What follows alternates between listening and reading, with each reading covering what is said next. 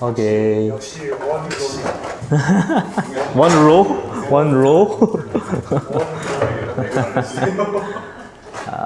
시간이 시간 꽉 맞출 필요 없으니까 바로 세션 진행할게요. 오늘 첫 세션이죠. 아이스 브레이킹을 제외하면은 데블스 캠프 첫 세션인데 제가 도커로 주제로 진행을 하게 됐습니다. 저는 23기의 원준현이고요. 자기소개를 먼저 하고 넘어가야겠죠. 일단은 컴퓨터공학부 시절 13학번으로 입학을 했고 제로페이지 13년도 하반기부터 활동을 했어서 23기로 등록이 됐고요.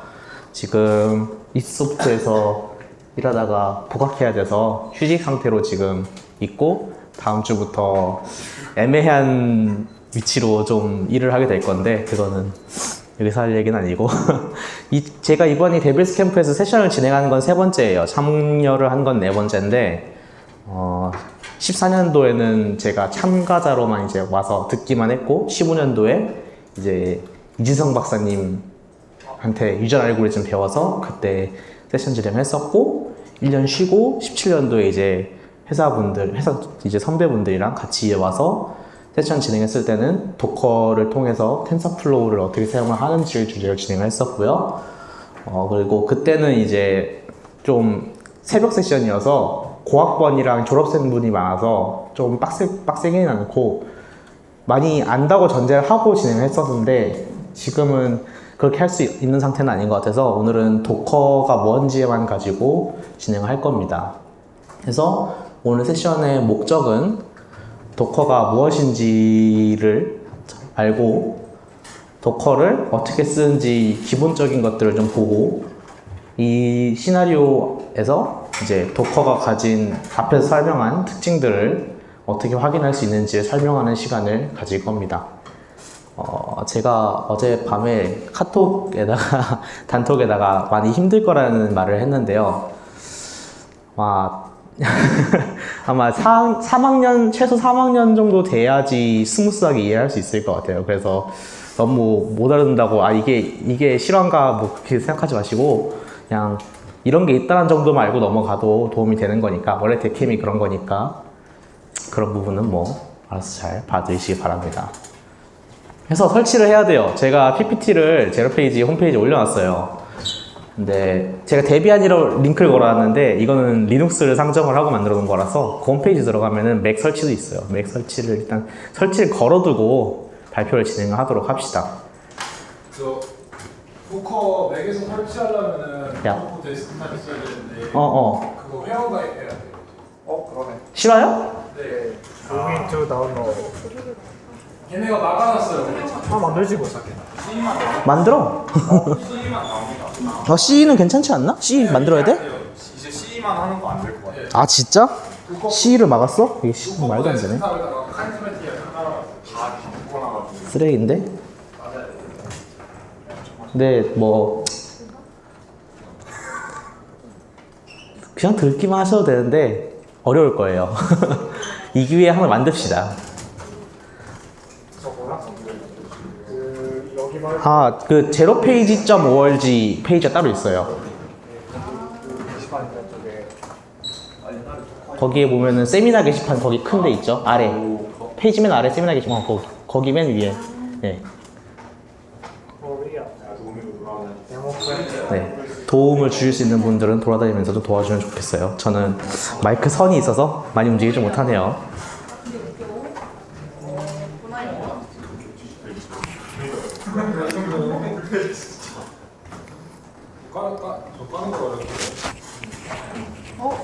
나 아이디 뭐지? 맨날 적힐거만 썼더니.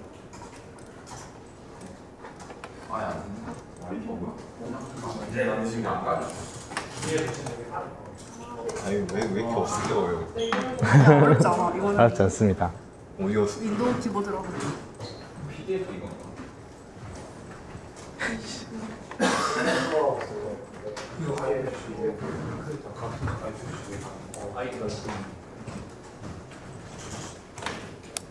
뭐지? 준비가 되시면 알려주세요. 제가 다 준비되었을 때가 언제인지 모르기 때문에 설치 과정이 시작이 되면은 그냥 놓고 됐다고 알려주세요. 설치 다시 지금 바로 다 해야 되는 거 아니니까 앞에 설명할 부분이 있기 때문에 설치 걸어놓고 좀 설명을 하겠습니다.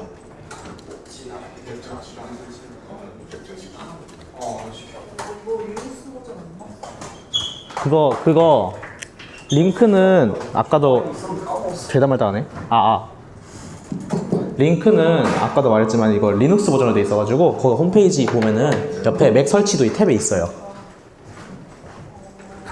발표자를 만들 때 그냥 리눅스만 생각하면서 막 달렸기 때문에 좀 그런 실수를 좀 했어요. 응? 도커? 그 도커가 도커브로 받게 돼 있나? 이게 허브로 들어가야 돼요. 아 그렇네. 도커브 받아야 되네. 네, 받으시면 됩니다.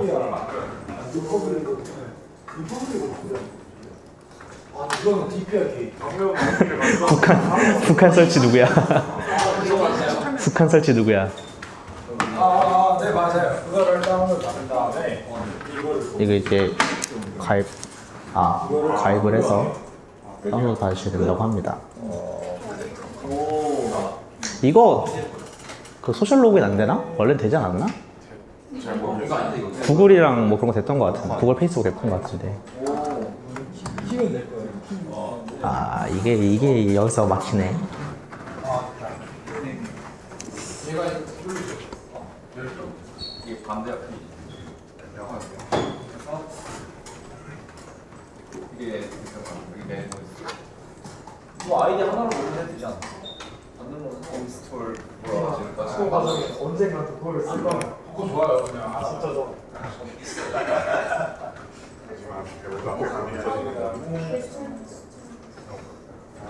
그래. 그거 누르고 연결까지 하는 거. 네, 이제 살면은 모두 잡혔다. 뜨면은 이제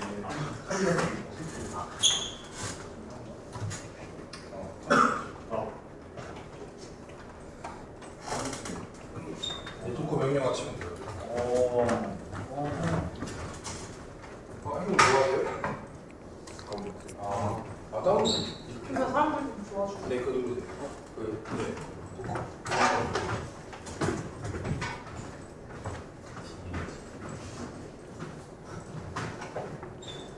그다음에 저 도커를 폴더에다가 드래그 하시면 프리어 소스로 읽어. 아니요, 얘를 위해 역시 더블 시킨다.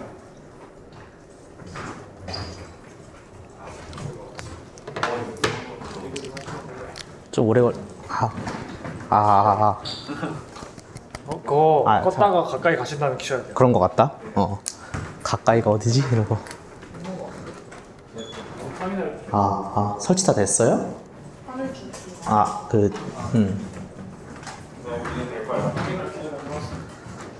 어디까지 진행됐지? 실드는? 저 터미널을 켜야 되는데요. 터미널 바로 안 켜야 돼? 이게 어떻게 나가는지 모르겠어요. 여기서 어떻게 나가죠? 균? 헬. 준아 이거 최대가 어떻게 풀어? 이렇게 최대요. 이거 아닌 것 같은데? 이거 ESC. 와 진짜 맥 극혐이야. 간맵이다. 야, 좀 많이 이게 윈도우 키보드를 써서 그래요. 이게. 맞아. 준아 이거 쓸거 어떻게? 맞아.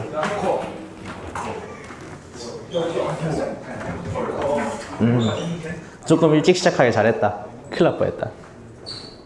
이거 이렇게 트랙패드 쓰고 움직이는 건데요. 싹 켜면 진짜 윈도우 마음으로 배급을 엄청 된 거라. 도커 버전적으로. 다운받았으면 버전 됐었어. 도커 런 헬로 월드죠. 헬로 월드랑 같이 안 돼. 그거는 거기까지 안 해도 돼. 설치 걸고 끝냈다고 말하라니까. 저도 끝났어요. 그것도 다 시나리오에 있어. 걱정하지 마. 이게 무엇을 넣어야 될까요? 올라왔죠. 그거를 빨았는데.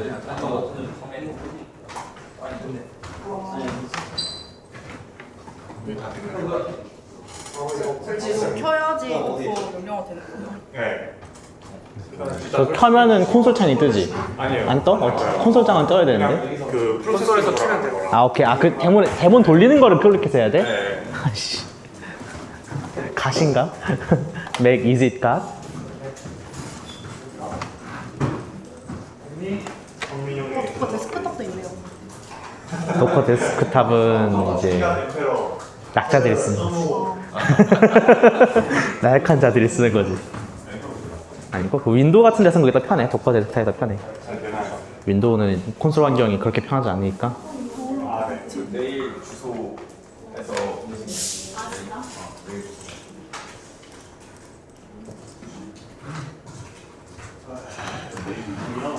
클라우드로 넘어가죠.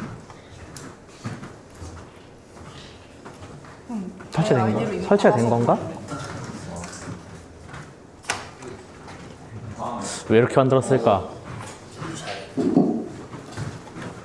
왜 맥만 이렇게 만들었지? 윈도우랑 우분투는 리눅스는 이런 제약이 없는데. 어디 입김이 작용한 걸로 알고 있어요. 그래? 아 이게 맥만 유난히 좀 절차가 많네. 왜냐면 앱등이들로 뽑으니까요. 선생님. 아 저것 때문에 그래요. 그 네트워크 권한. 아. 그 가상화 그러니까 애플에서 주는 가상화 API를 쓰는데 걔가 저 네트워크를 딸라면은 그 킥스트를 따라야 돼서 그거 뭐래요? 그거 보기 좀 좋네요. 위 리코멘드 어닝스톨링 하라는데요. 예. 그거 지우거나 끄거나 해야 돼요.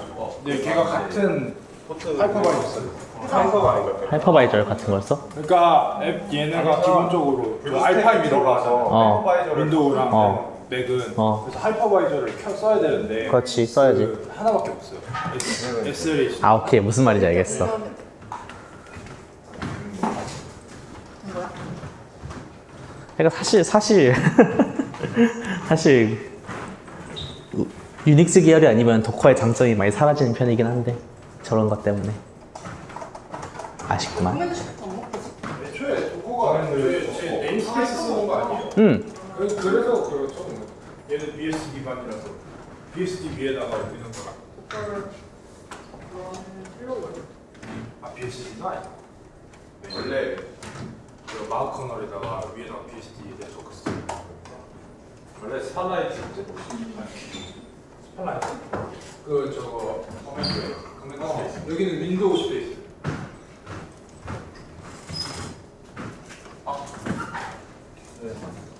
응?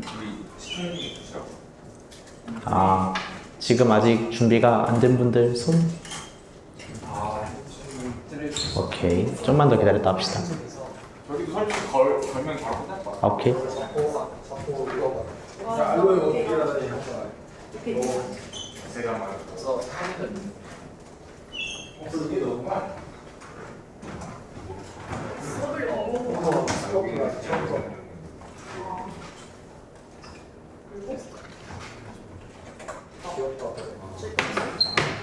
끝났어?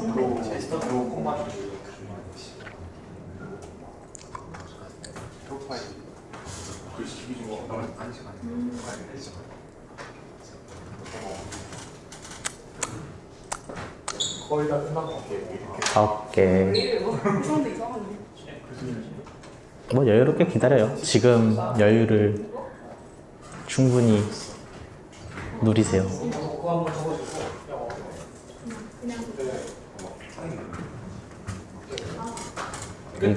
이거 맥에서 설명하려면 태균이가 더 잘할 수도 있겠다. 맥에서 도커 설명하려면 태균이가 더 잘할 수도 있겠어. 아유 저 도커 몰라요. 깔아봐. 에이 오늘 내 다룰 건 기초인 것들이라. 오케이 여기 다 된 것 같아요. 무근이 쪽도 한번 그쪽 확인 한번 하고. 네, 원래 그 제스처 지금 짜증나. 뭐 바꿀 수 있을 거예요. 마우스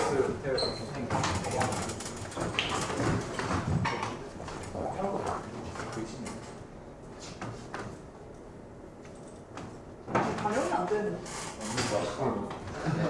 바로 되는데. 이래서 아이폰을 써야 합니다. 안 돼.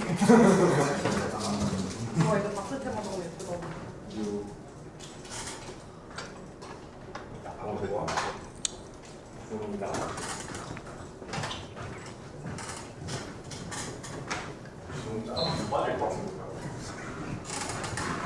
아직 젊어요. 여기다 됐나? 그러면 이제 설치했으니까 다시 설명해 봅시다. 설치가 빠르네. 계정 등록하고 준비하는 데가 복잡해가 손을 못 대가지고 원래는 좀 설치 걸어놓고 유닉스면 좀 콘솔에서 설치 걸어놓고 설명하면 되는데 그렇지가 않네요.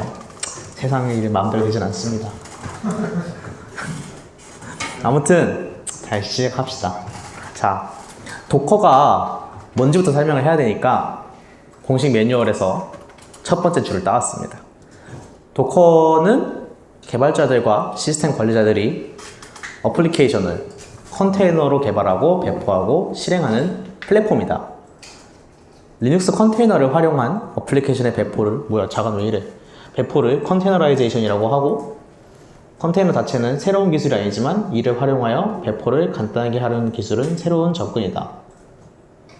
자간이 안 맞네요. 왜 이렇게 했을까? 아무튼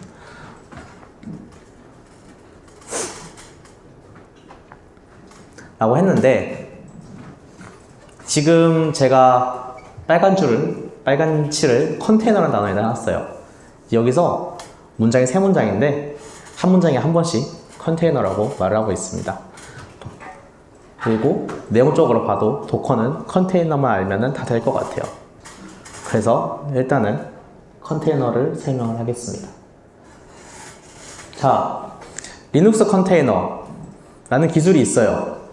이 기술을 정확하게 표현을 하려면 이제 레드햇은 이제 리눅스 쪽 디스트리뷰션 개발하는 쪽 재단 중 하나인데, 레드햇 기술 문서에서는 이렇게 설명을 합니다. 리눅스 컨테이너는 시스템의 나머지 부분과 격리된 하나 이상의 프로세스 세트다.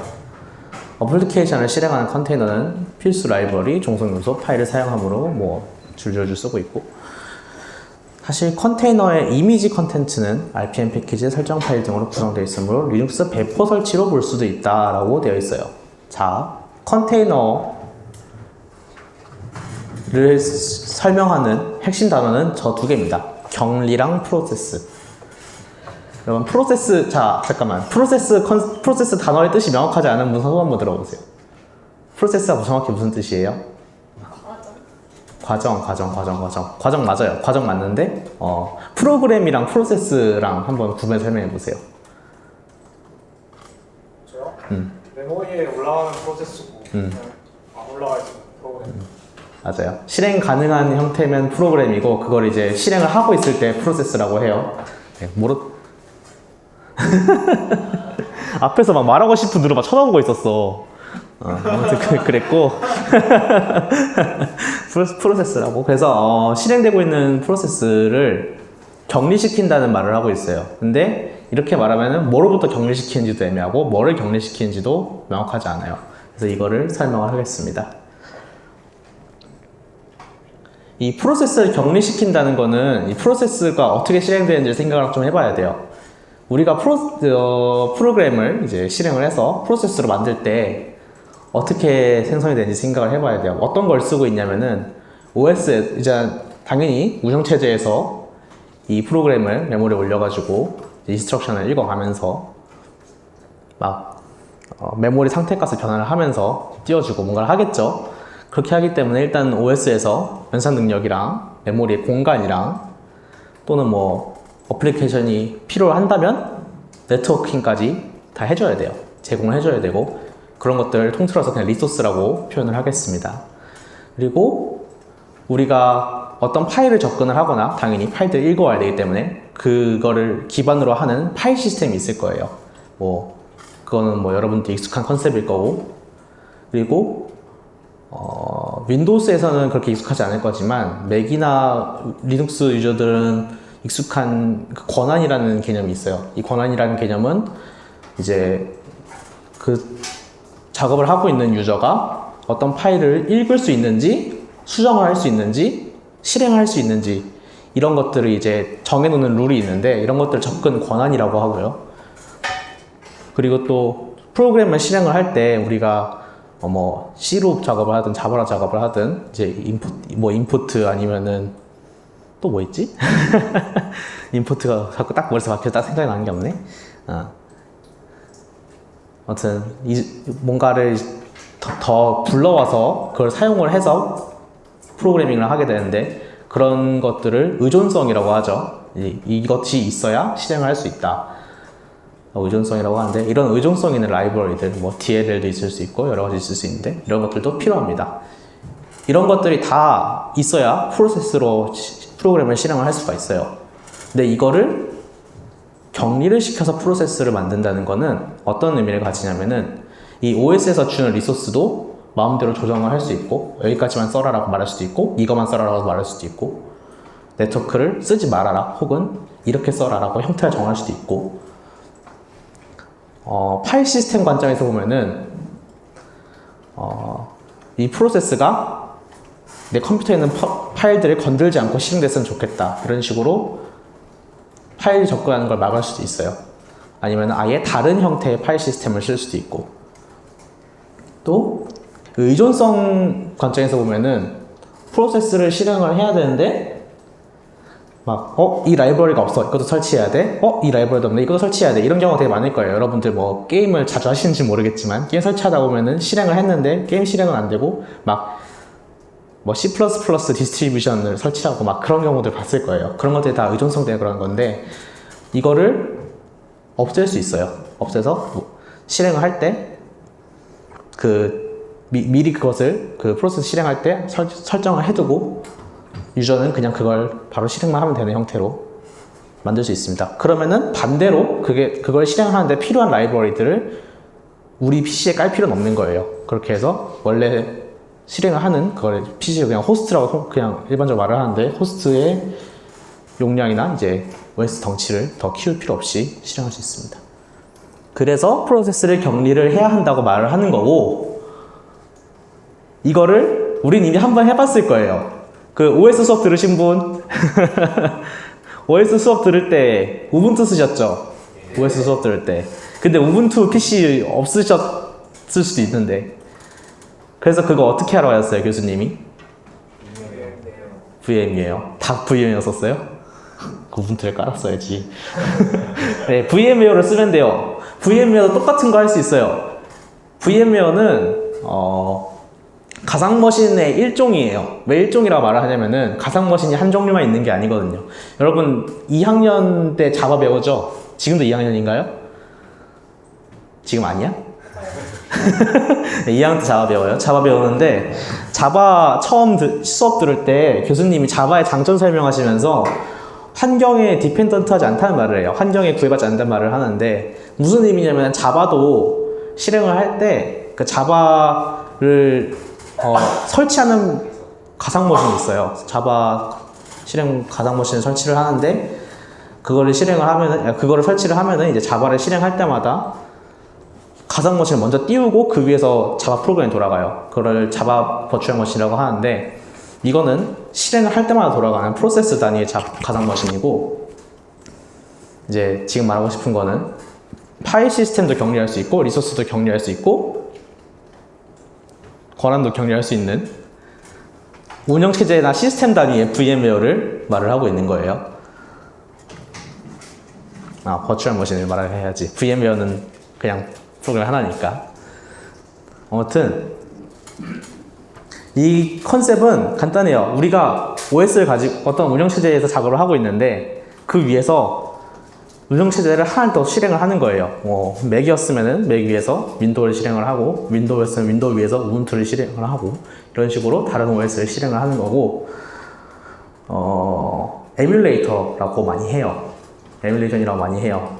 그래서 사실 우리가 뭐 게임하면서 많이 봤던 에뮬레이터 이런 것들도 다 가상머신 일종이에요. 그래서 이 도식을 보면은 인프라스트럭처가 맨 아래에 있고 그 위에 하이퍼바이저를 놓고 그 다음에 이제 세 개가 이제 나눠져서 각각 VM을 작동을 하고 있는데 보면은 요 인프라스트럭처까지가 우리가 사용하고 있는 기본 호스트의 운영체제라 생각하시면 돼요.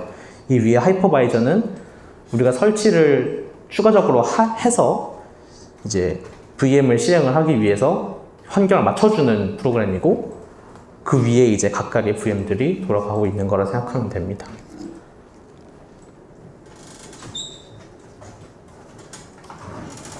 그러면 이제 여기가 컨테이너 개념을 이해할 때 처음 고비예요. 이 가상 머신이랑 컨테이너랑 어떻게 구분을 해야 되는지가 첫 번째 고비인데, 안타깝게도 오늘 맥에서 진행을 하기 때문에 이거랑 완전히 맞지는 똑같진 않아요. 리눅스 컨테이너라고 제가 처음에 설명할 때 리눅스 컨테이너라고 했는데, 컨테이너는 원래는 리눅스에 있는 기능들을 활용해서 프로세스를 나누는 거를 추가를 한 거예요. 어떤 의미냐면은 리눅스에 컨트롤 그룹이라는 기능이 있거든요. 이거는 그냥 이름만 대충 이런 게 있다고만 듣고 넘어가세요. 컨트롤 그룹이라는 기능이 있는데, 이거를 이용을 해서 프로세스가 실행이 될 때 이제 네임스페이스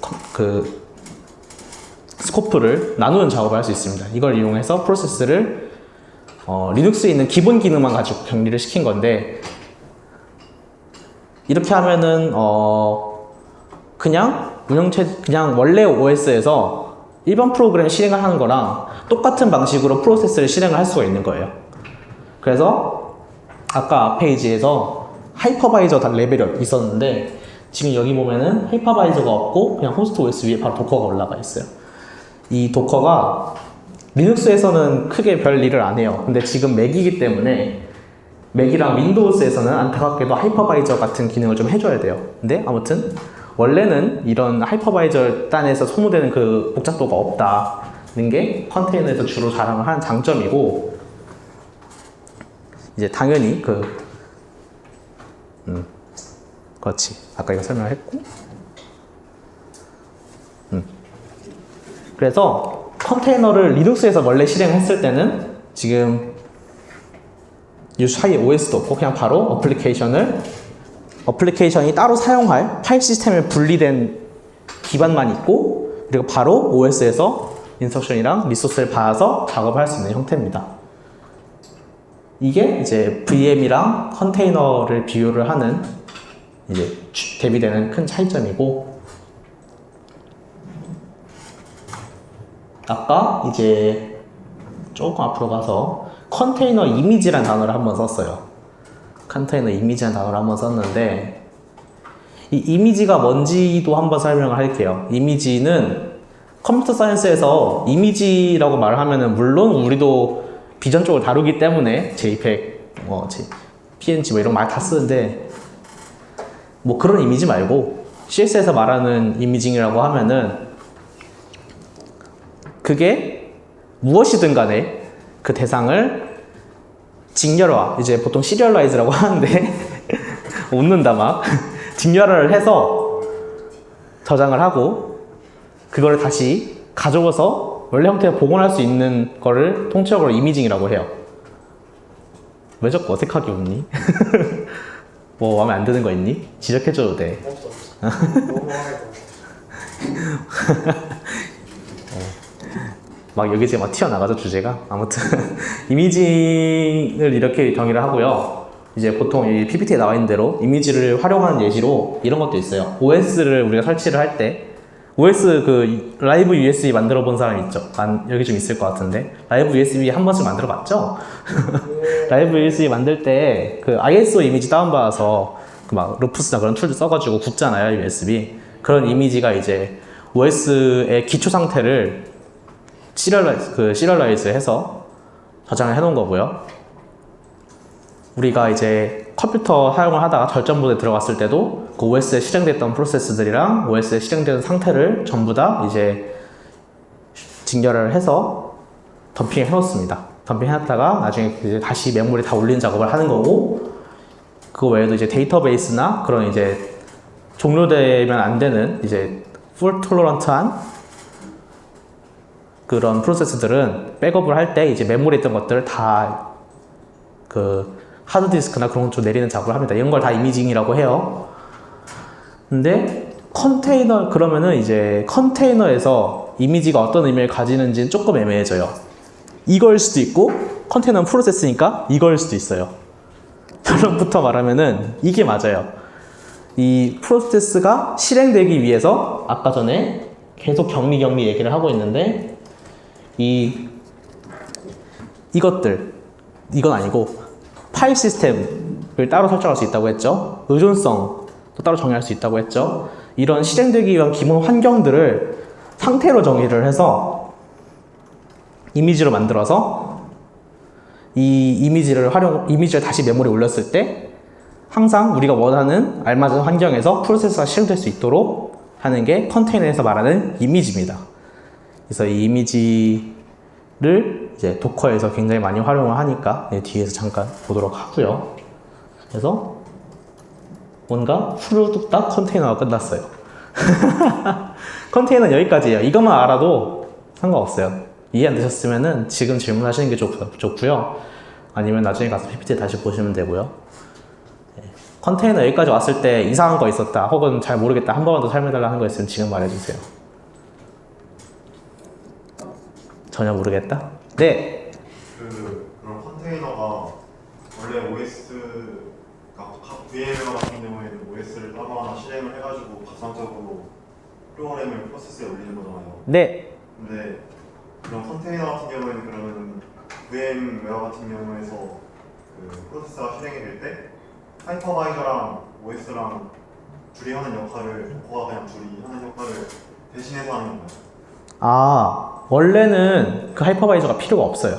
그러니까 하이퍼바이저가 하는 일은 원래 OS랑 내가 필요로 하는 OS가 다를 때 그 둘 사이의 호환성을 중간에서 맞춰주는 역할이에요. 어댑터예요. 근데 기본적으로는 그런데 이제 원래대로라면은 컨테이너가 리눅스 컨테이너라고 했잖아요. 리눅스 머신에서 실행되는 컨테이너는 원래 리눅스 커널을 그대로 사용을 하기 때문에 이 사이는 하이퍼바이징 하는 기능이 필요가 없어요. 네. 근데 지금은 맥이기 때문에 필요합니다. 그래서 도커 설치를 할 때 도커 이제 실행을 하면은 이제 하이퍼바이저처럼 뒤에서 데몬이 돌고 있어요.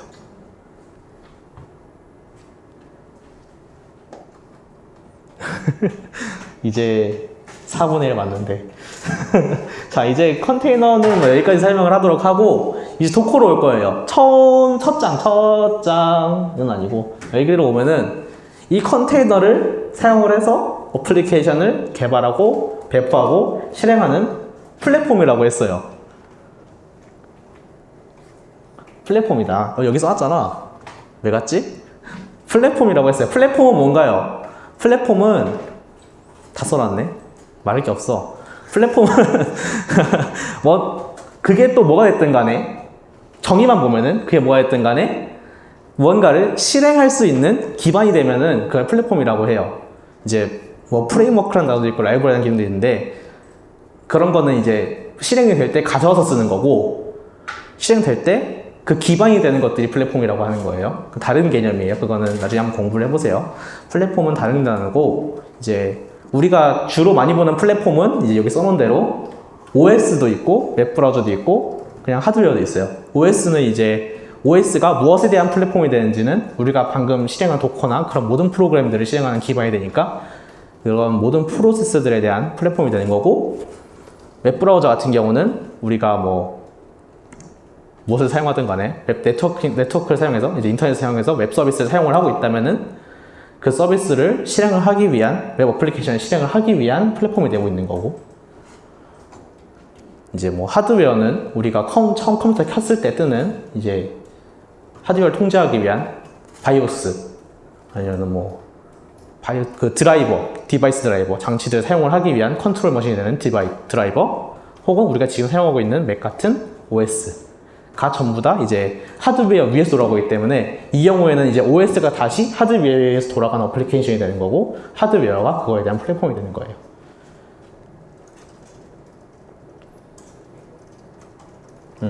그래서 도커는 어느 단계에 있냐면은 OS랑 컨테이너 사이의 중간에 있는 플랫폼이에요. OS 위에서 돌아가는 어플리케이션이고 컨테이너를 도커를 통해서 여기에 도커 위에 다 올라가 있죠. 도커 레벨 위에 다 올라와 있는데 이 컨테이너들을 다 위에서 받쳐주고 있는 플랫폼이에요.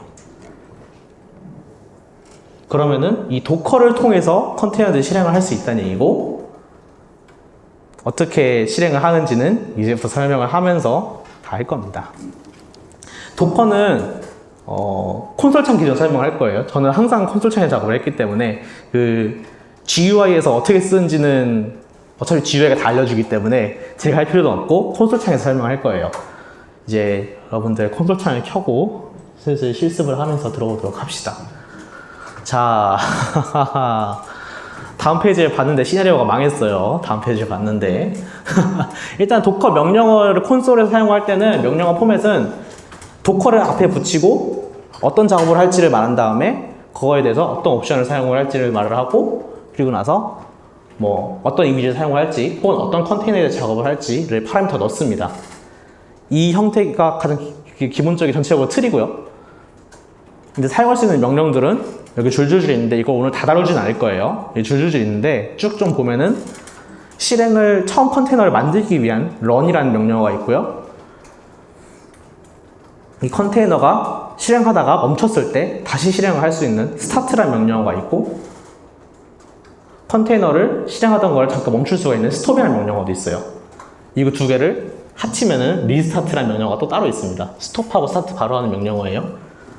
그거랑 뭐 이 run이랑 좀 차이가 있는데 현재 실행하고 있는 컨테이너에서 이 환경에서 다른 것도 실행해야 될 것 같다 할 때 쓸 수 있는 execute 명령어도 있고 아까 얘기했던 컨테이너에 사용할 이미지를 이제 설계된 파일이 있는데 그 파일을 기반으로 만드는 build라는 명령어가 있고 이 이미지를 공식 서버 이제 퍼블릭하게 배포를 하기 위해서 서버에 올리는 push라는 명령어가 있고 그걸 또 받아오는 pull이라는 명령어가 있고 지금 push, pull, commit 이거 되게 익숙하지 않아요? git 써본 사람들은 push, pull, commit은 좀 익숙할 거예요. 근데 git이랑 순서랑 그게 달라요. 사이클이 달라요. 이 컨테이너의 상태를 지금 당장 상태를 다시 이미지로 만드는 덤핑을 하는 커밋이라는 단어가 있어요. 잘렸구나 아래가. 아 옆에가 좀 좁아서 잘리는구나. 어쩔 수 PDF로 갈까? 좋아. 내가 어리석었어. 아 이거 아니야. PDF 실행하는 법 하시는 분. 왜 일로 들어왔냐? 일로 들어오면 안 되는데. 이지 PDF? 예, 학교라 그러겠어요. 실화냐? 땡큐. 끝났어. 아니야, 안 끝났어. 좋아. 네. 뭐 많아요. 이거 오랜만에 그 도큐멘테이션 봤는데 한 페이지 안 들어오더라고요. 너 왜 사야 들렀니? 아무튼 그렇습니다. 이런 명령어들이 있어요. 이제 되게 명령어가 많은데 대충 여기 써놓은 것만 알아도 뭐 실행하고 끄고 사용하는데 지장 없어요. 이것만 알아도 돼요. 이런 명령어들이 있고 이 명령어들 중에서 기본적인 것들을 설명을 하면서 좀 더 설명을 붙이겠습니다. 자, 근데 여기서 저희 예측이 어긋났어요. 저는 우분투를 썼으면 당연히 이런 문제 생길 줄 알았어요. 근데 맥에서는 안 생길 것 같아. 안 생기지 무구나. 안 생기지. 좋아. 자, 이건 그냥 썰풀이만 졸라 하겠습니다. 어쩔 수 없지. 자, 여기서 접근 권한 제가 설명을 잠깐 했을 거예요. 접근 권한은 현재 프로그램에 지금 OS를 사용하고 있는 유저가 어떤 파일이나 폴더에 대해서 읽거나 쓰거나 실행할 수 있느냐를 정의를 하는 규칙이라고 했어요. 그리고 그걸 격리를 할 수 있다고 했는데 뭐 격리는 지금 좀 잊어버리고 지금 도커 자체를 실행하는 거에서 문제가 원래 생겨요. 왜 생기냐면은 이 설치 과정에서 일반 유저가 아니라 관리자 권한이 필요해요. 설치를 해서 관리자 권한 설치를 했는데 관리자 권한으로 설치를 했기 때문에 도커를 사용하려면은 마찬가지로 관리자 권한이 필요한 상태로 설치가 돼요. 그래서 이런 상태가 되는 이유를 제가 지금 다행히도 제 PC에서 스크린샷을 찍었는데 이 두 파일이 문제예요. 이거는 도커 실행 파일이고 이거는 도커에서 발생하는 이벤트를 전부 다 작성을 하고 있는 소켓 파일이에요. 소켓 파일인데 얘 보면은 유저 루트, 유저 그룹 루트로 돼 있어요. 얘는 유저 루트, 그룹명 도커로 돼 있어요. 근데 다행히도 실행 파일은 모든 유저가 실행할 수 있는 권한이에요. 지금 보시면은 RWX, RX, RX가 되어 있는데 이거는 무슨 의미냐면은 루트 유저한테는 읽기, 쓰기, 실행하기 다 허용을 하되 루트 그룹 유저한테는 읽기와 실행만 허용을 하고 그 외 다른 유저한테는 읽기랑 실행만 허용을 해라라는 의미예요. 그래서 지금 여러분이 그냥 어떤 사용자로 접근을 해도 실행은 가능한데 이 실행을 하면은 도커에서 어떤 형태로든 이벤트가 발생을 한단 말이에요. 그러면 이 소켓이 수정이 돼야 되는데 그때 이 도커가 실행된 유저가 다 아무런 권한이 없어요. 마지막 세 자리를 보면은. 그래서 얘를 수정을 못해요. 그래서 도커 실행이 안 됩니다. 그거를 가장 빨리 해결하는 방법은 마찬가지로 읽기, 쓰기가 허용이 되어 있는 유저 그룹에다가 사용자를 넣어주는 거예요. 이게 우분투에 유저 스페이스 권한이 유저 스페이스에 대한 개념이 좀 있어야 되는데 일단 말을 좀 했고 아무튼 그래서 유저 그룹을 추가를 하는 작업을 원래는 해보려고 했어요. 시나리오를. 근데 여러분은 맥이기 때문에 다 필요 없습니다. 다 필요 없어요. 와 너무 축하해요.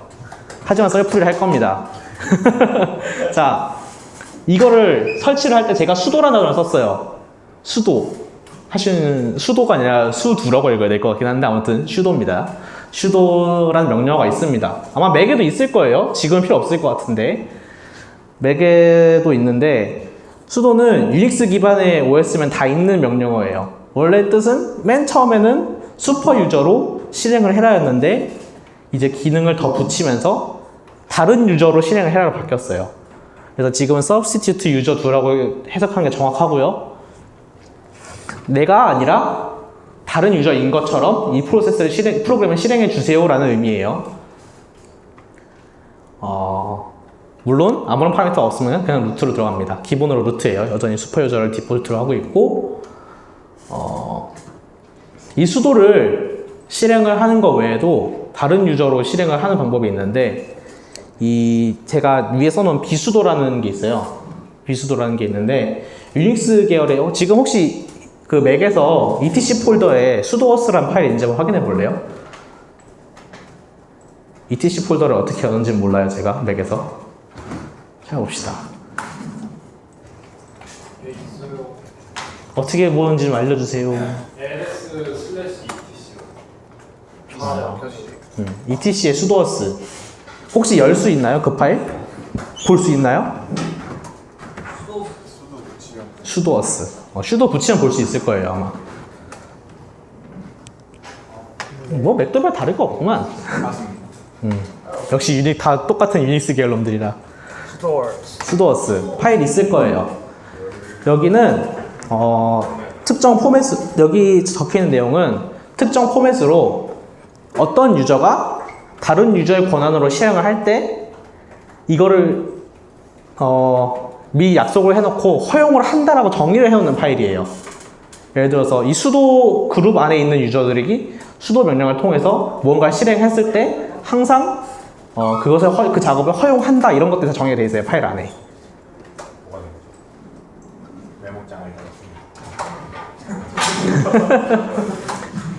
수도캣 안 돼? 수도 CT 시험 이런 거. 햄마 말하는 거죠? 맞아. 보면은 이제 막 엘리어스 정의를 하고 네. 루트 유저에 대해서 루트 유저가 지금 한 줄 한번 읽어볼게요. 지금 루트가 있고 올이 있는데 이게 뭐냐면은 루트 유저가 어디서 접근을 하든지 간에 순서대로 읽어볼게요. 루트 유저가 어디서 접근을 하든지 간에 어떤 그룹을 실행을 하든지 간에 모든 명령어에 대해서 허용한다는 뜻이에요. 이런 식으로 명령어 실행을 하는 거를 정의를 하고 있는 거고 이거를 좀 익숙해져서 만질 수 있으면은 도커 그룹을 꼭 사용하지 않고도 이거를 도커를 실행하는데 문제없이 사용할 수 있습니다. 이거는 좀 복잡하지만 재밌는 방법이니까. 그래. 자, 이 비수도를 제가 현업에서 딱 한 번 쓴 적이 있어요. 왜 썼냐면은 유저별로 도커를 실행을 하고 싶은데 도커를 실행할 때 도커 명령어가 되게 많잖아요. 그것도 차등을 두고 싶었어요. 그러니까 어떤 유저는 도커를 생성할 수는 없게 만들고 싶었고 어떤 유저는 도커를 보기만 하게 만들고 싶었고 컨테이너들을 보기만 만들고 싶었고 그런 것들을 정의를 하려면은 그냥 그룹에 넣고 안 넣고는 컨트롤이 잘 안 돼요. 그런 명령어들 세부적으로 구분을 할 때는 이런 비수도를 사용을 하면은 직관적으로 정의를 할 수 있습니다. 그거는 뭐 알아만 두세요. 언젠가 도움이 될 거예요. 자, 다시 이제 우리가 할 수 있는 곳으로 돌아왔어요. 도커 맨 처음에 설치를 할 때 마지막 단계가 아마 도커 런 헬로 월드로 잘 실행되는지 확인해 보세요라고 되어 있었을 거예요. 설치 파일에. 설치 그 튜토리얼에. 그걸 한번 해봅시다. 도커 런 헬로 하이픈 월드. 요거. 이거는 run 명령어고 컨테이너를 처음으로 생성해서 실행하는 명령어입니다.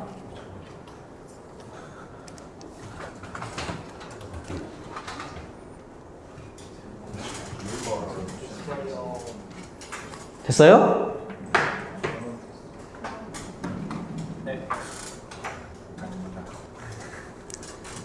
아, 이거 물 마셔도 돼요? 네. 아, 목 아파가지고. 아싸. 좋습니다.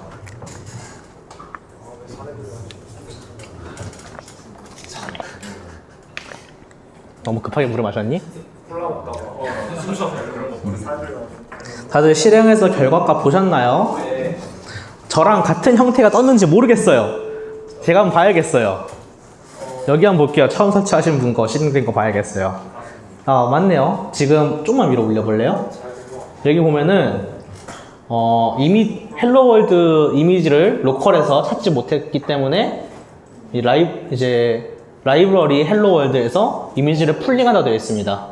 그래서 풀링을 해서 실행을 해서 여기서부터 저 스크린샷에 제가 빨간 줄 넣어놨죠? 빨간 줄부터가 실제 헬로 월드라는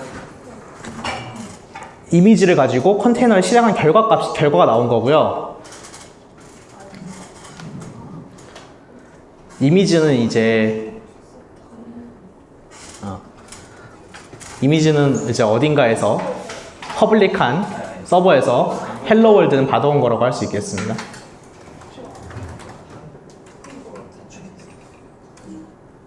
문제 있으신 분? 여기까지 문제 있으신 분? 없는 것 같으니까 다음 거 넘어갈게요. 일단 이렇게 컨테이너를 처음 만들었어요. 처음 하신 분들은 축하드립니다. 여러분들이 헬로 월드를 성공하다니 정말 대단해요. 자, 이제 우리가 방금 컨테이너를 하나 만들었으니까 도커 이미지스를 한번 쳐보세요. 도커를 기존에 쓰던 사람들은 아마 이미지랑 PS 창이 엉망이겠지? 이미지 정리 자주 하세요. 이미지 용량이 되게 커요, 생각보다.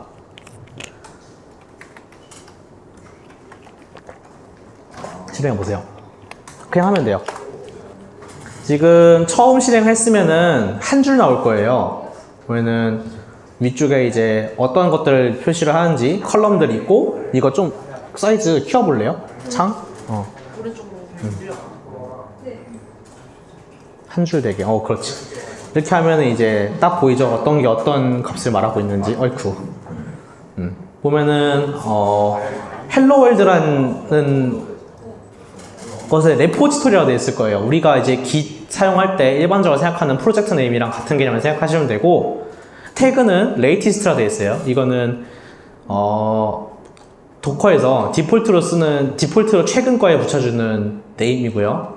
레이티스트 태그, 보통은 이제 태그 명시를 안 하면은 레이티스트로 정의를 해서 받아오는 거 참고해 주시면 되겠습니다. 그리고 이미지 아이디는 그냥 이미지 만들 때 해시 값으로 자동 생성되니까 신경 안 써도 되고, 크리에이티드가 5달 전으로 되어 있는데, 이거는 서버에 올라왔을 때 이미지가 빌드된 시점이 5달 전이라는 얘기고요. 그래서 이렇게 자기가 도커를 이제까지 쓰면서 저장을 했던 이미지들의 리스트를 이렇게 보여주고 있는 거고, 이번에는 도커 PS를 한번 해봅시다. 자, 무엇이 나온지 한번 확인해봐요. 아무것도 안 뜨죠? 아무것도 안 떠야 돼요. 이게 무슨 의미냐면은 지금 실행되고 있는 컨테이너는 하나도 없다는 얘기예요. 우리가 방금 헬로 월드 컨테이너를 런을 했는데 아무것도 실행이 안 되고 있다. 왜냐면은 이 헬로 월드 컨테이너가 하는 일은 우리가 방금 실행을 했을 때 콘솔 창에 출력이 됐었던 로고들이 있었죠. 헬로 월드 하고 막 줄줄줄 인사말 써있고 이런저런 거 해보세요라고 줄줄 그 로고들 띄우는 거가 그 프로세스의 전체 하는 작업이기 때문에 그게 끝나고 컨테이너가 지금 종료가 된 상태예요. 이거를 보려면은 도커 ps 하고 대시에서 a를 뒤에 붙여주세요. 도커 ps 띄고 대시 a. 아, 그거 말고 이거 뭐지? 하이픈이라고 하던가? 예, a. 이렇게 하면은 이제 이거는 중지된 컨테이너도 다 보여주라는 뜻이거든요. 실행되고 있는 컨테이너랑 중지된 컨테이너 상관없이 전부 다 보여주라는 뜻이고, 이거를 좀 컬럼들을 다 볼게요. 보면은 조금만 더 늘려볼래요? 이게 조금 더 내용이 많아서 좀 더 늘려야 되거든요. 사이즈를. 오케이, 감사합니다. 지금 보면은 컨테이너 아이디 맨 처음에 있고, 이건 뭐 딱히 신경 쓸 필요 없고, 커맨드는 지금 저희가 런 할 때 아무것도 안 넣었는데 커맨드에 슬래시 헬로라고 되어 있을 거예요. 이거는 이미지를 만들 때 아무런 명령어 지정이 없으면은 이걸 실행해라라고 정의를 해 놓은 거고요. created는 이제 방금 우리가 실행했던 시점으로 되어 있고, 스테이터스가 좀 볼만한데 스테이터스가 exit 제로라고 되어 있어요. 이거는 정상적으로 종료가 된 컨테이너는 exit 제로가 붙습니다.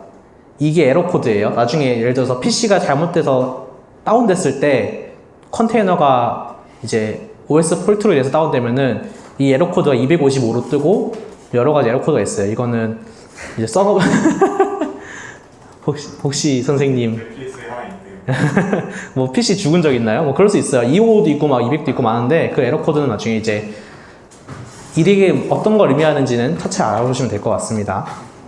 그리고 포트가 비어 있을 거예요. 지금 그냥 포트 항목이 비어 있고, 네임을 보면은 아마 지금 저기 써 있는데 사람 이름 앞에 하용사가 언더스코어로 붙어 있을 거예요. 맞나요? 이거는 우리가 도커 런 할 때 이름은 안 정해졌잖아요. 컨테이너 이름 안 정해졌잖아요. 그러면은 도커에서 저장되어 있는 하용사 셋이랑 사람 이름 셋이랑 해서 랜덤 매칭을 해서 랜덤으로 붙여줍니다. 이거 보고 있으면 꽤 재밌어요. 막 배고픈 아인슈타인 막 이런 거 나오고, 정신없는 갈릴레이 뭐 이런 거 나와요. 재밌어요. 아무튼 저희가 이제까지 딱 하나의 이미지를 가지고 하나의 컨테이너를 만들어서 봤습니다. 자, 이제 다른 이미지를 받아올 거예요. 이 헬로 월드 이미지를 가지고 실습을 하려고 했는데, 헬로 월드 이미지가 이제 튜토리얼용이라고 엄청 경량화를 해놔가지고 진짜 아무것도 안 되더라고요. 어제 막 그 파일을 열어보려고 했는데 막 안 보여, 안에가. 그래가지고 그 도커 파일도 봤더니 도커 파일도 막 이 파일 그냥 복사해 넣으세요 막 이렇게 돼 있고, 그래서 너무 짜증이 나가지고 이걸 안 하기로 했고, 도커 풀이라는 명령어로 이미의 이미지를 이제 다 따로 받아올 겁니다. 이미지명은 이제 포맷이 아까 보면은 라이브러리의 헬로 월드였거든요. 헬로 월드 이미지는 이 레지스트리하고 이제 이미지가 올라가 있는 서버명에다가 우리가 보통 기세 쓰는 것처럼 프로젝트 네임 이렇게 두 개를 슬래시로 붙여서 보통 작성을 하고요. 지금 우리가 받아올 이미지는 제 레퍼지토리에 있는 RKTP의 튜토리얼 레이티스트입니다. 이거 레이티스트 안 써도 디폴트 레이티스트 받아오니까 안 써도 돼요. 도커 풀 RKTP 튜토리얼 해서 그 이미지를 다운받은 다음에 아까 했던 도커 이미지스로 잘 다운받아 왔는지 확인해 보세요.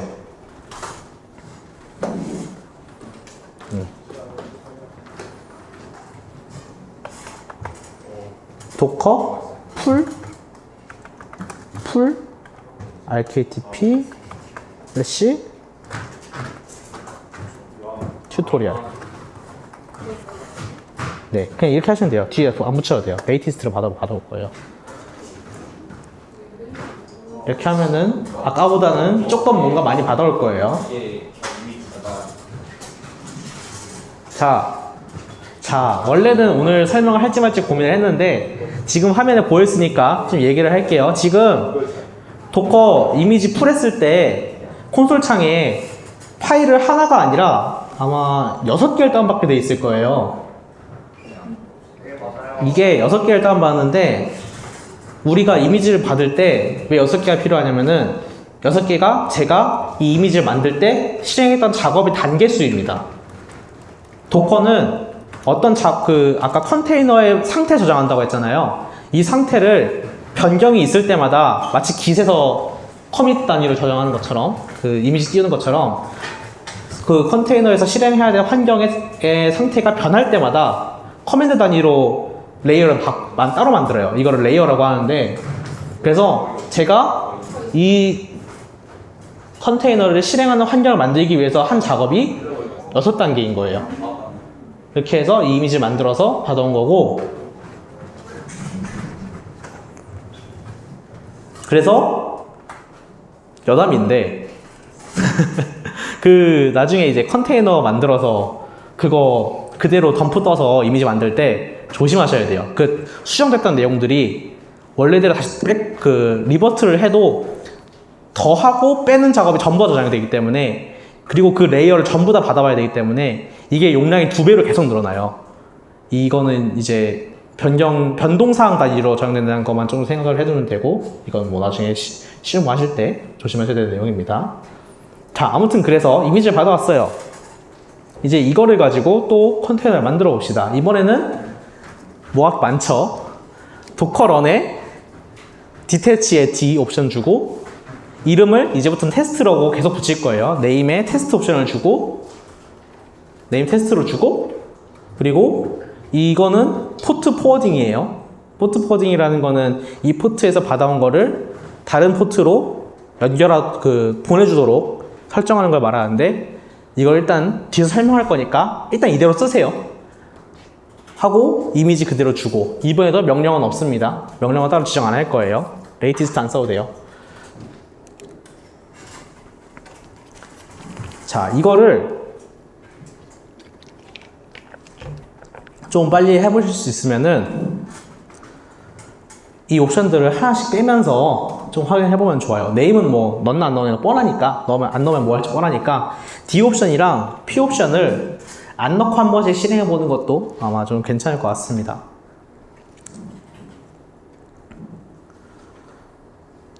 그리고 이 옵션을 빼고 실행을 할 때 이전에 생성했던 컨테이너를 안 지우면은 테스트 네임을 넣었기 때문에 충돌이 발생할 수 있어요. 이때는 이제 이 도커 rm 명령을 써서 도커 rm에다가 포스 옵션을 줘서 테스트를 지워주세요.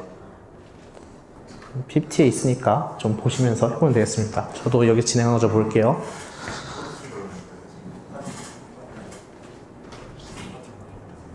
실행해? 잠깐만. 다시 하면 안 되지. 네, 그러니까 그러면은 저 RMF 있잖아. 도커 RMF 있잖아. RM에서 F 하고 테스트를 지우면 돼. 테스트가 얘예요? 테스트가 아까 실행한 이 컨테이너인데 그러면 테스트가 지워진 거면 저렇게 뜨거든. 지워진 거에 명령을 넣었다 아웃풋으로 지워진 거니까 한번 다시 실행해봐. 옵션 바꾼 걸로. 다시 실행됐지. 테스트라는 이름은 누가 지정해 준 거예요?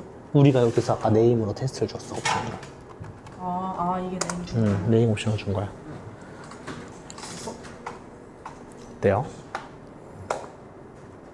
이미 떠있죠? 자, 같은 걸 해봅시다. 지금 옵션을 안 바꿔서 넣었으니까 자, 도커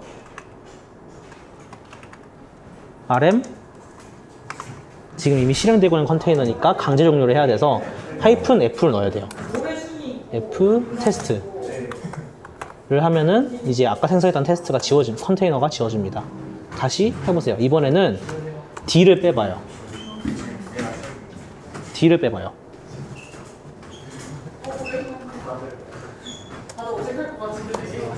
D를 빼고 한번 실행해보세요. 아, 이거 지워야 되겠구나. 난 바보야. 일단 이거 하고, 자, 해보세요. 일단 누르시고, 뭔가 또 충돌이 안 나네? RF 방금 했지? 지금은 보면은, 아까는 이 콘솔이 이게 라인이 떴는데 지금 안 뜨잖아요. 이 하고 있네. 지금 런이 되고 있는데 이거 가까이서 해야 된다고 그랬지? 좋아. 브라우저에 뜨는 거 확인했어요? 브라우저에서 한번 확인해 봤어요, 저기?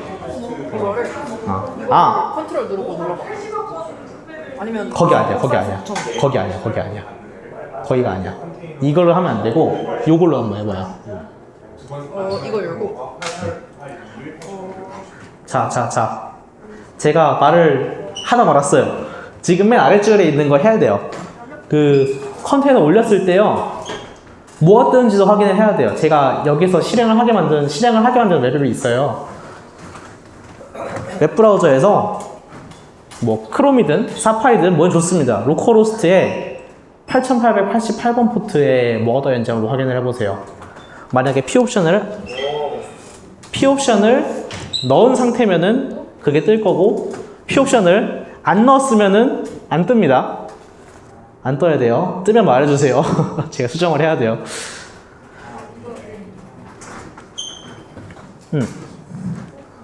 태균아, 예. 내 스탯 똑같이 있니? 맥에? 스태서 있어요. 있어? 포트 열리는 거 보려고 하시는 거 있어요. 네, 정상적으로 떴어요, 지금. 자, 콘솔 창에 다시 돌아가서. LNT가 아닌가? 내가 10개월 전에 만들었더라고. 근데 내가 어디서 따왔는지 모르겠어, 원래 소스를. 내가 뭔가 작업을 하다가 실험을 해야 돼서 만든 것 같은데, 기억이 안 나. 내 컨벤션이랑 다른 사람 컨벤션이 섞여 있더라고. 내가 누군가 걸 받아서 작업을 해서 올린 것 같은데, 이스트 때 하신 거 아니에요? 콘솔로 안 돌아가서. 그게 이스트 때 했으면은 저 레포지토리가 아니야. 이게 내 레포지토리 기록 보면은 거의 다 막 2, 3년 돼 있거든? 그렇네요. 이거 거의 습관인데? 벌써? 이거 아무튼 그래서 이스트에서 작업할 때는 전 초기에는 도커허브 쓰다가 그 커스텀 레지스트리를 서버를 만들어서 올렸어. 그래서 내가 이 회사에 작업 때는 거기 들어가 있어 지금. 그래서 나도 못 봐. 지적재산권. 자, 넷 스탯 한번 인증해 보세요. 넷 스테이터스, STAT. 붙여서 넷 스탯 명령어예요. 넷 스탯 한번 쳐보세요. 스탯, 아니야. US는 빼도 돼요. 스탯까지예요. 있네. 졸라 많네. 여기에 이제 이거 명령어 있는 거 확인했으니까 여기 옵션을 좀 붙여봅시다. 다시 그 명령어를 두고 하이픈 PLNT라는 옵션이 있어요. 이거는 그냥 딱 중요한 거 아니니까. LNT가 없어? 혹시 따로 해야 되니 이거? 안 돼. 이게 안 된다고? 망겜. 피만 해야겠다. 옵션이 다르네? 옵션 쓰는 방법이 다르네? 살려줘. 이름 뭐더라? 살려줘. 뭐 예진이가 잘 해줄 거야. 난 모르겠다. 저질러고 도망쳐야지. 마이크가 떨어졌어. 생각보다 빨리 끝날 것 같아서 다행이에요. PLN. 빨리 끝냅시다. 자, 많이들 보였을 것 같아요. 혹시 네스텍까지 본 사람? 네스텍까지 써본 사람? 저희 그 뒤에 저거 명령어 이거 명령어 우분투에서는 되는데 방금 여기서 해보니까 옵션이 안 되더라고. 태균아, 이거 옵션은 어떻게 쳐야 되니? 왜 다른 인포맷이? 저도 잘 안 써봐서 모르겠어요. 달라요. 맥 너무 싫어 진짜. 스탯이 없을 수도 있어요. 네스탯은 있어. 네스탯은 있어. 네스탯 심지어 우분투는 설치해야 되는데 여긴 있어. 기본으로. 너무 기분 좋았어 사실 그 순간까지는. 아무튼 자, 웹브라우저에서 뭐 헬로월드 웹페이지에 뜨는 거 확인하셨어요 다들? 대답 좀 해줘요. 대답 좀 해줘요. 고마워요. 아니 안 됐다고 해도 할 수도 있죠. 답정론이 너무 하시네. 자, 지금 D 옵션 빼서 한번 실행해 보셨어요?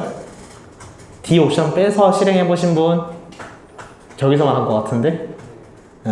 D 옵션을 빼면은 이런 순서가 좀 다르네. 자, 뭐 해봤다고 치고 뒤에서 설명 다 할 거예요. 걱정하지 마세요. 해봤다고 치고 갑시다. 방금 여기서 갑자기 뭔가 많은 걸 했죠? 하나하나 설명할 거예요. 막 이것만 하고 가려는 거 아니었어요. 자, 이 이미지를 어디서 받아왔냐면요. 저는 돈이 없기 때문에 제 서버가 없어요. 그래서 도커 허브에 제 계정을 등록을 했고 제 계정으로 레포지토리가 생성이 되어 있습니다. 레지스트리라고 하는 게 맞지. 레포지토리는 조금 다르지. 아무튼 제 이름으로 그래서 RKTP 튜토리얼, 텐서플로우, 스웨거 UI 뭐 이렇게 해서 쭉쭉쭉 있어요. 되게 옛날 건데 아무튼 이렇게 제 레지스트리가 작성이 돼 있고 도커허브에 작성이 돼 있고요. 보통은 뭐 자기 서버를 가지고 작업을 안 하기 때문에 도커허브에 많이 올려요.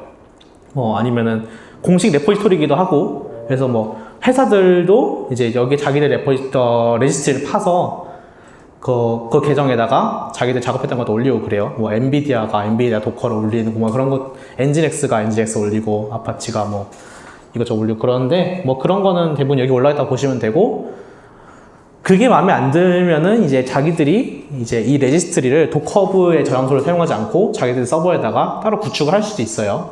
이제 그래서 제가 회사에서 작업했던 것들은 다 제가 다녔던 회사 그 레포지토리 따로 레지스트리 따로 등록해서 거기에 있는데 거기에 있고 그래서 요 방금 RKTP 튜토리얼 이미지는 도커허브에서 자동으로 검색해서 받아와진 겁니다. 그 입력을 했을 때 또 있어요. 자, P옵션을 왜 썼는지를 좀 얘기를 해볼게요. 아까 제가 P옵션의 뜻을 컨테이너 안에 있는 포트를 호스트에 포워드 한다라고 되게 이게 한 줄 맞추려고 좀 줄였었는데 컨테이너 내 포트를 호스트에 포워드 한다라고 했어요. 이 P옵션이 없으면은 웹브라우저에 쳤을 때 아마 로컬호스트 8888 안 됐을 거예요. 했을 때 그 화면이 똑같이 안 뜰 거예요.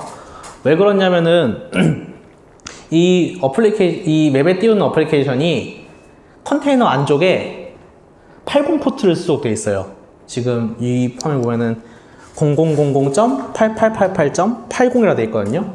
이게 무슨 의미를 가지냐면은 호스트에 0000.8888로 접근하는 리퀘스트를 이 컨테이너의 안쪽에 80 포트로 포워딩 하라는 뜻이에요. 보내주라는 뜻이에요.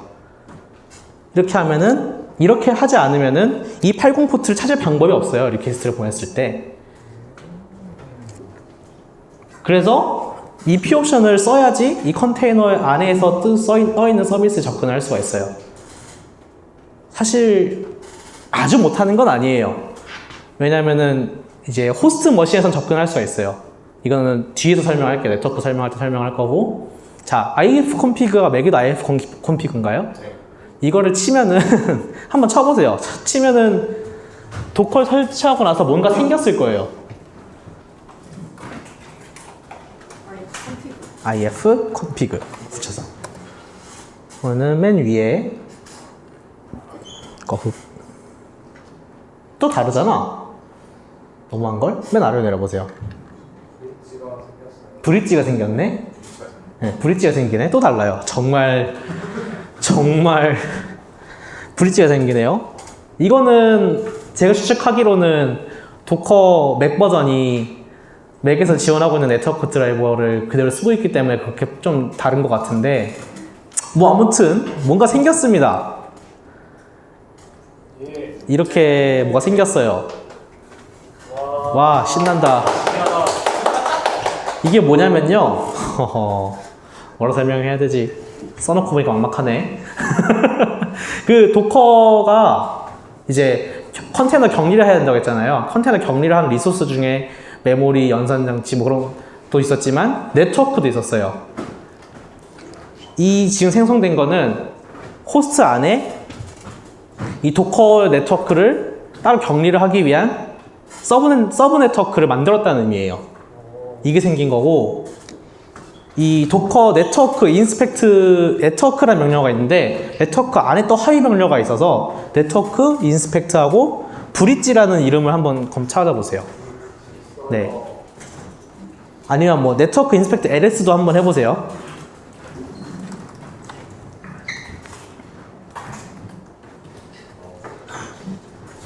보면은 성미가 봐야지. 컨피규레이션도 막 있고 그런데 좀 내려보면은 뭐야 반대야. 마우스가 반대더라고요. 허허. 참. 그 줄줄줄 있는 여러 가지 아이템들 중에 컨테이너즈라는 아이템이 있고 그 안에 저희가 방금 테스트 실행했던 테스트 컨테이너에 대한 정보가 들어가 있을 거예요. 이거는 지금 이 브릿지라는 네트워크를 사용하고 있는 컨테이너의 목록에 이제 이게 추가가 된 거고요. 이거를 똑같이 컨테이너에서도 볼 수가 있는데 도커 인스펙트에서 컨테이너를 인스펙트 할 수 있거든요. 도커 인스펙트로 테스트를 보시면은 맨 아래쪽에 있는 아이템이 바로 이제 네트워크 세팅 정보인데 거기에 한번 쳐볼래요? 도커 인스펙트 테스트 를 보면은 맨 아래에 있는 네트워크라는 거 바로 아래에 브릿지라고 되어 있잖아요. 이건 이제 도커 네트워크 중에 우리가 방금 넣었던 이 브릿지 네트워크를 사용을 하고 있다는 얘기예요.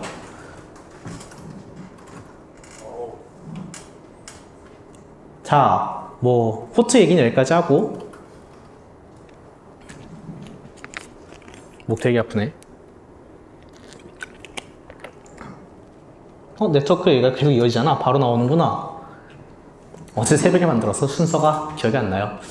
컨테이너들이 이제 아까 제가 한번 해보라고 했었는데 도커 네트워크 ls 명령 한번 쳐보세요. 그러면은 아마 아이템이 여러 개가 있을 거예요.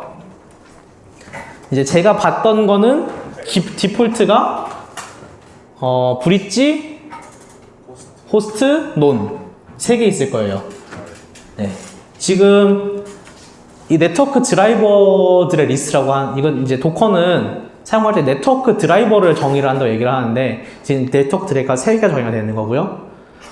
이 네트워크 드라이버마다 각각이 서브 네트워크로 작용한다고 생각하면 돼요. 반대로 말하면은 이 서브 네트워크들 사이에서도 네트워크 드라이버들 사이에서도 서로 통신을 하기가 직접적으로 통신되지 않고 바깥에서는 얘네들이 어떻게 쓰고 있는지 볼 수가 없어요. 어떤 걸 쓰고 있는지. 이 호스트 바깥에서는 뭐 라우터를 뭐 안에다 여러 개 붙여놓고 그걸 골라 쓴다고 생각하시면 편해요. 그리고 드라이버가 지금 이름 그대로 되어 있는데 원래는 그게 그 타입명이에요. 형태명이에요. 형식명이고 브릿지, 호스트, 논이 방금 보신 그 3개가 대표적으로 사용되는 3가지 유형인데 브릿지 네트워크는 아까 제가 말한 대로 서브 네트워크를 정의를 해서 그 안에 이제 컨테이너들을 붙여넣는 형태고 호스트는 마치 그 원래 호스트에 있던 어플리케이션인 것처럼 쓰는 건데 무슨 의미냐면은 아까 제가 어플리케이션 80을 컨테이너 안쪽에 80을 호스트에 8888에 연결을 한다고 했잖아요. 근데 80을 호스트 네트워크로 설정을 하고 80을 쓰면은 바로 그냥 호스트에 80으로 바로 연결돼요. 그 서브 네트워크 설정이 없이 IP도 그냥 원래 호스트 네트워크를 그대로 호스트 걸 그대로 가져가고 그래서 이거는 서브 네트워크로 이제 격리를 하는 부분을 일부러 강제로 없애는 작업이라서 되도록이면 쓰면 안 되는 옵션이에요. 이거는 그런 거고 그리고 논은 이제 이 네트워크는 얘는 컨테이너 네트워킹을 하면 안 된다라고 해서 네트워킹을 막아놓는 설정입니다. 이 3가지를 알아두면 되고 그래서 브릿지 모드는 서브 네트워크를 설명을 해야 되니까 이걸 설명을 하려고 했는데 다들 영혼이 빠져나가고 있는 게 보여서 안 하려고요.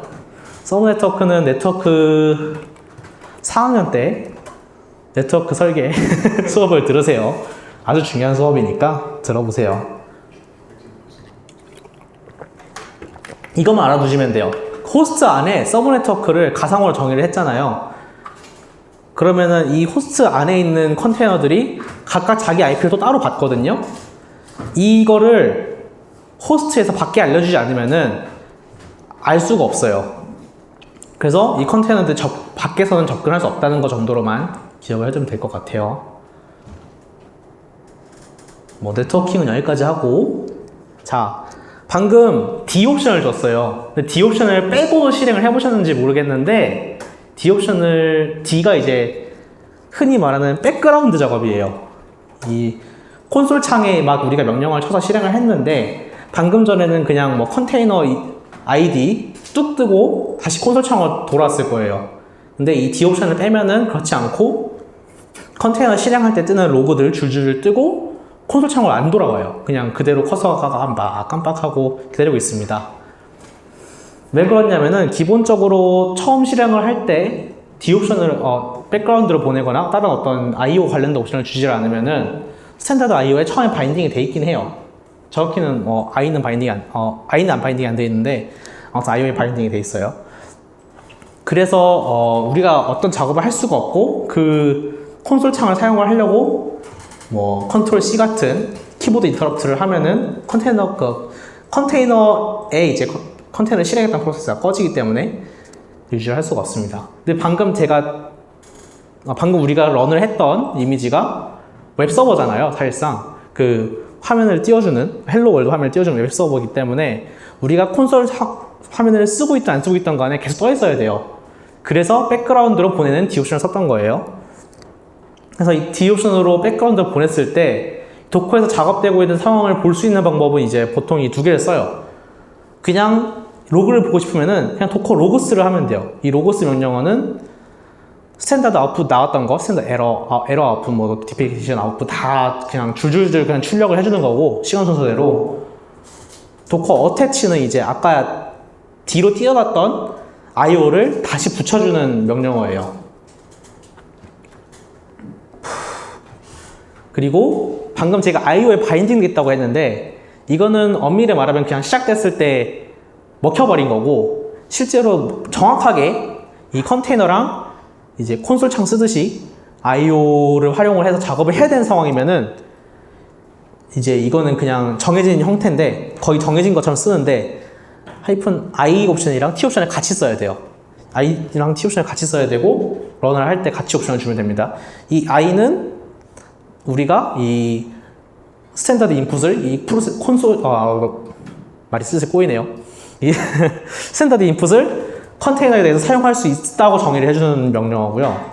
명령어가 아니라 옵션이고요. T는 이제 우리가 콘솔 창을 쓰듯이 이 컨테이너 안에 콘솔 창이 있는 것처럼 사용할 수 있게 정의를 해주는 옵션입니다. 이 옵션이 없이 실행을 하면은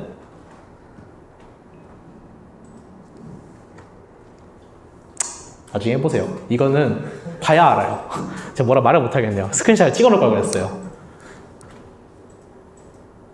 I가 없이 T만 넣으면요 콘솔이 뜨는데 인풋이 안 들어가고요. I를 넣는데 T를 빼잖아요. 그러면은 키를 치는데 안 떠요. 화면에 아무것도 안 떠요. 우리가 치는 것도 안 뜨고 우리가 뭐뭐 하라고 하면 결과값만 뚝 나오고 그게 이제 우리가 쓰는 콘솔 창이 안쪽 컨테이너 정의가 안 돼 있기 때문에 발생한 일이에요.